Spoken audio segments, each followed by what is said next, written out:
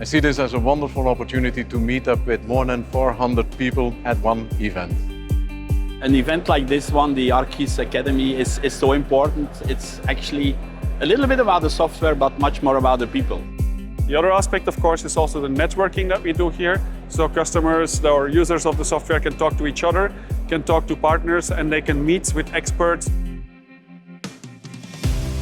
For those that are not here, they are really missing out on something because we learned a lot in the sessions. We are really bringing together all the experts in the technology. So all the people that are giving presentations here are certified by Esri.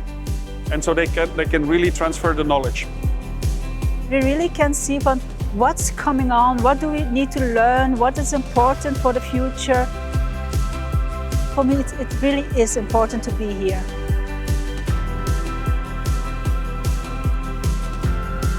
I hope that a lot of people take back information, but mainly also inspiration, getting back home with the GIS vision, how to unlock the power of spatial data.